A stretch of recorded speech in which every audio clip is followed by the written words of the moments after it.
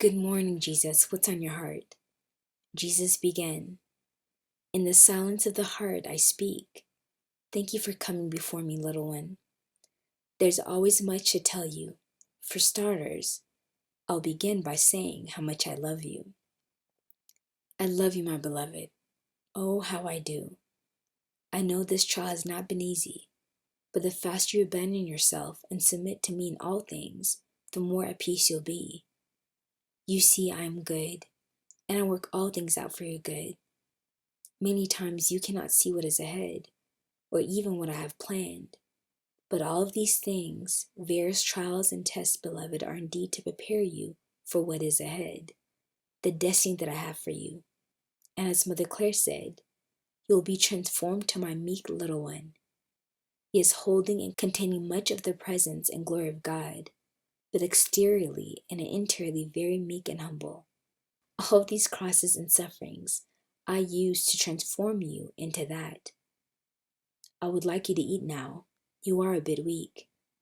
Well, here, guys, the Lord is addressing my sudden feelings of exhaustion, and my hands began to shake.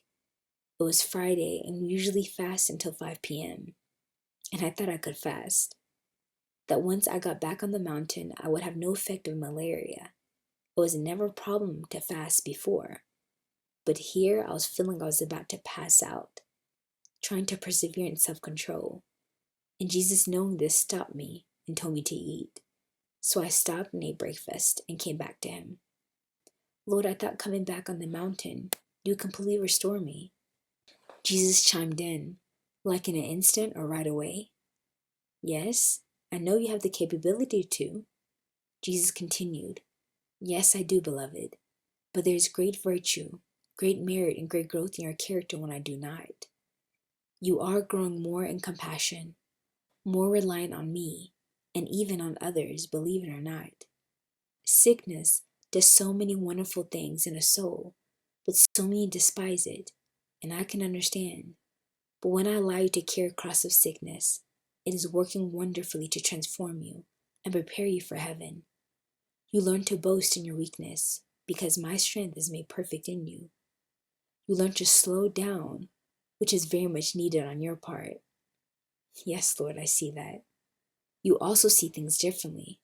What you once used to be, what you once used to bypass hurriedly on to do your task, now you take your time. You're able to see the miracles all around you, in the sun, in the flowers, even in the bugs. And you take each day as if it was your last breath, grateful for another day. Yes, that's so true, Lord. How grateful I am to be back on the mountain, to be out of the hospital bed, and just another day. Thank you for lifting my spirits and bringing me up out of discouragement. I feel my hope and inspiration for life being restored again. That is the power of receiving me, my beloved one, and more importantly, coming to me to hear my voice. How I desire to lift up my brides daily, but so many don't come. You fear hearing my voice, or you have come in agreement with the enemy's lies that this gift is just for others. It's not for you, so you no longer try. Try, my beloved ones, try, and I promise I will speak. I have so much to tell each of you, so much. If you would only come. Let me give you eternal words that will bring you peace, that will bring you joy, and much hope for the future despite your circumstances. My words are cadences I want to write upon your heart. To hear the words of eternal life will sustain you and carry you through the most difficult valley, the most darkest pit, and the most driest desert. My beloved brides, you've had this gift stolen from you time and time again. Please don't let Satan steal it again.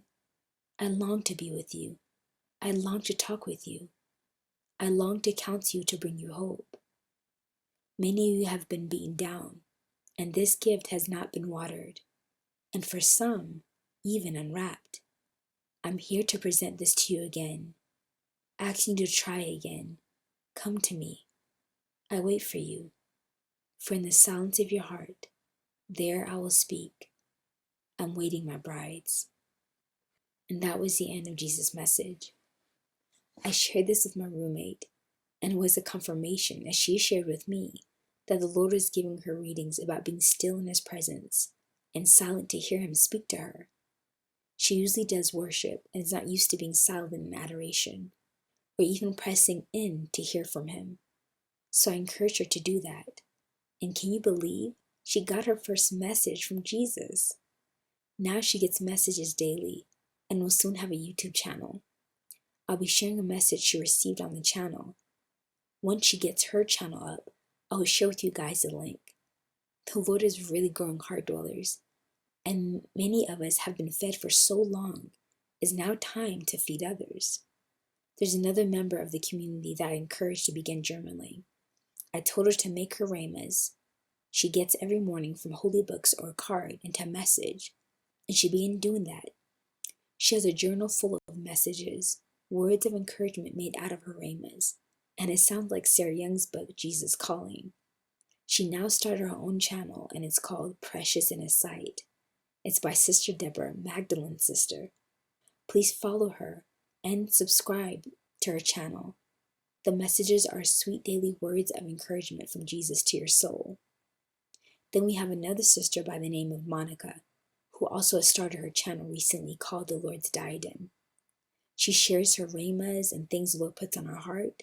Please follow and subscribe to her channel as well. The links are below in the description.